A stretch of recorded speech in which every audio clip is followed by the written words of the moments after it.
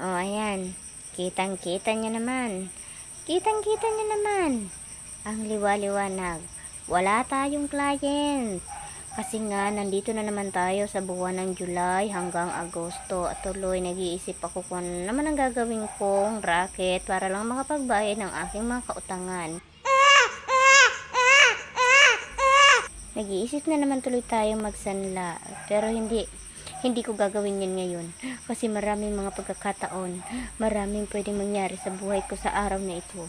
At ayan na nga, ang sagot sa aking problema. Dumating na siya. Actually, meron magpapagupit. At salamat Diyos ko. Thank you Lord. Ito na ang sagot sa aking kahirapan. Na kanina ko pa inaantay kung pupunta ba siya o hindi. Ayan na nga, tapos na kami.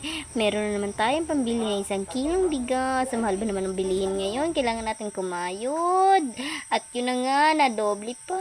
Meron na naman magpapa-pedicure. Thank you Lord talaga. Ikaw talaga ang the best sa buhay ko. Ayun na nga, kinuha ko ng upuan para makapagsimula na kami. Para makabili na tayo ng uulamin.